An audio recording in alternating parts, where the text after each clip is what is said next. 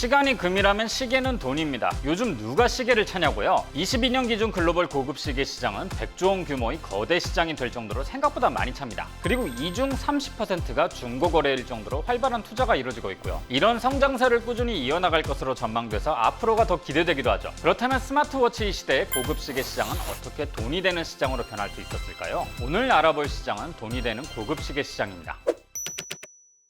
고급 시계 하면 떠오르는 브랜드들이 있습니다. 그리고 이들의 공통점은 스위스 브랜드라는 거죠. 그런데 스위스가 시계의 대명사이자 고급 시계의 나라가 된 건 의외로 그 역사가 짧습니다. 사실 고급 시계란 개념 자체가 생긴 지 얼마 안 됐거든요. 스위스가 시계의 나라로 첫 발을 뗀 것은 16세기 초 프랑스의 위근노들이 종교의 자유를 찾아 스위스로 건너갔을 때부터입니다. 당시는 종교개혁의 영향으로 보석과 화려한 장신구를 금지했었는데 시계는 필수품으로 여겨졌기에 예외였죠. 그래서 스위스의 위근노 출신 수공업자들은 자신들의 세공 능력을 시계에 쏟아부었습니다. 스위스 시계의 장점은 생산량이 많았다는 겁니다. 스위스는 알프스 산맥의 각 계곡마다 마을이 발달하고 그 마을들의 연합체로 형성된 국가라는 특징이 있죠. 이 때문에 도시 하나에서 모든 생산 과정이 이루어지지 않고 시계의 부품들을 각자의 마을에서 만든 뒤 제조업체에서 조립하는 에따블리사주라는 스위스 전통의 시계 생산 시스템이 발달합니다. 쉽게 말해 철저한 분업으로 다른 곳 대비 압도적인 생산량을 확보한 거예요. 19세기 영국에서 1년간 생산된 시계가 20만 개가 안 됐는데 스위스는 220만 개를 생산했으니 말 다 했죠. 이 때문에 스위스 시계는 영국이나 프랑스에서 만든 진짜가 아니라 싸구려 취급을 받았습니다. 지금은 고급 시계의 대명사인데 당시에는 싸구려 취급을 받았다는 점은 참 아이러니하죠. 그럼에도 불구하고 이 압도적인 생산량이 산업혁명 이후 시계의 대량 보급에 결정적인 역할을 냈고 덕분에 스위스는 시계의 나라란 명성을 얻었죠. 그렇지만 이 스위스 시계는 두 번의 위기를 겪으면서 변화합니다. 먼저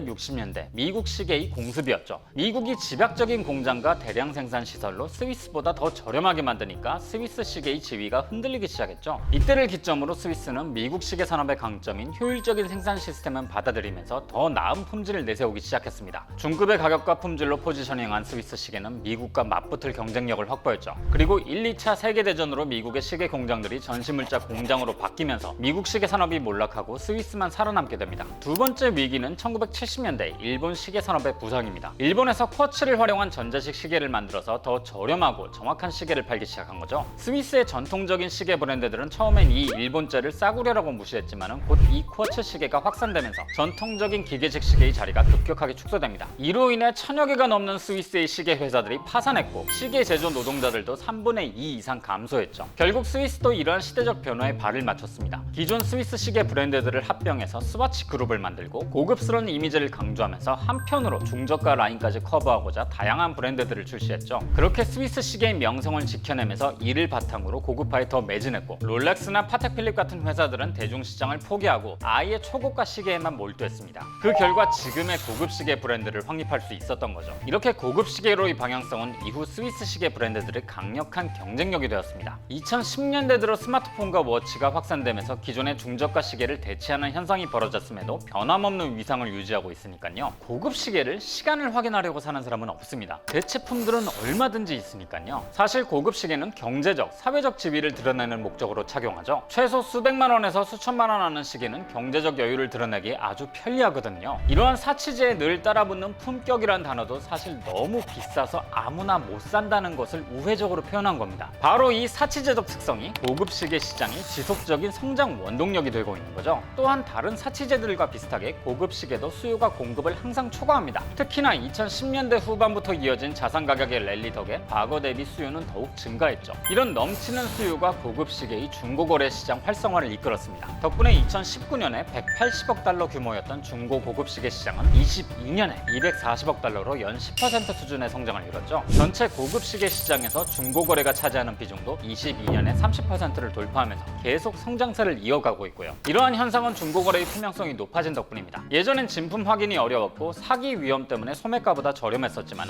현재는 중고거래 플랫폼들의 진품 인증 서비스와 온라인에서 정보 공유가 활발하게 이루어지고 있죠. 여기에 늘어난 수요가 맞물려서 돈을 줘도 못 구하는 모델은 중고거래를 해서라도 얻고자 했던 거죠. 덕분에 원래 고급 시계를 싸게 사려고 찾던 중고시장은 프리미엄이 붙는 시장으로 변했습니다. BCG의 분석에 따르면 팬데믹 기간 동안 중고 고급 시계는 소매가보다 1.5배에서 2배의 가격에 거래됐다고 합니다. 마치 지금 에루샤 가방이나 한정판 스니커즈들이 프리미엄이 붙는 것과 동일한 현상이 벌어진 거죠. 수집가와 투자자들도 급격하게 증가했는데 이건 고급 시계가 단순한 사치제에서 대체 투자 상품의 성격을 성격도 갖추게 된 거예요. 실제로 수익률도 꽤 높습니다. BCG의 조사에 따르면 18년 8월부터 23년 1월까지의 기간 동안 3대 브랜드인 롤렉스, 파텍 필립, 오데마 피게의 중고 가격의 변화를 살펴보면 연 수익률이 20%에 달하죠. 그리고 수익률이 높으니까 더 많은 투자자들이 몰리고 있고요. 이들은 평균적으로 다른 수요층에 비해 더 비싼 라인업을 선호하고 전체 구매자의 44%를 차지하면서 금액 기준으로도 58%에 해당할 정도로 현재 시장에 큰 손이 되고 있죠. 그러나 이렇게 시장이 고성장을 했어도 이 추세가 영원할 것이라 보기는 어렵습니다. 일단 고급 시계의 가격 지수는 지난 22년 초에 고점을 찍고 하락세를 이어가고 있습니다. 자산 가격 랠리가 멈춘 데다 상반기부터 본격화된 인플레이션으로 넘쳐나던 유동성에 제약이 걸렸죠. 덕분에 고급 시계에 붙던 프리미엄이 조금은 빠졌는데 버블이 좀 꺼졌다고도 볼 수 있습니다. 그럼에도 여전히 높은 프리미엄이 붙는 건 고급 시계의 내재 가치가 아직까지 소비자들에게 충분히 인정받고 있다는 것을 의미하죠. 즉 언제든 다시 호황기가 오면 프리미엄에 거래될 것이란 믿음이 있다는 거예요. 현대는 손목시계가 굳이 필요하지 않은 사회입니다. 사실 스마트워치 열풍도 시계의 측면보다 그 안의 기술들이 주목을 받았죠. 그렇게 현재 손목시계의 방향성은 고급, 더 고급으로 나갈 수밖에 없습니다. 그리고 시계 시장은 스마트워치에 조금씩 잠식당하고 있기에 실용성과는 반대 방향으로 가야죠. 즉 필요가 없는 부분에서 그 필요성을 인정받고 있는 게 재미있는 부분입니다. 그러나 만약 투자를 목적으로 고급 시계를 산다면 반드시 기억하세요. 하락하지 않는 자산은 없고 그로 인해 손실을 입을 수 있다는 사실을요.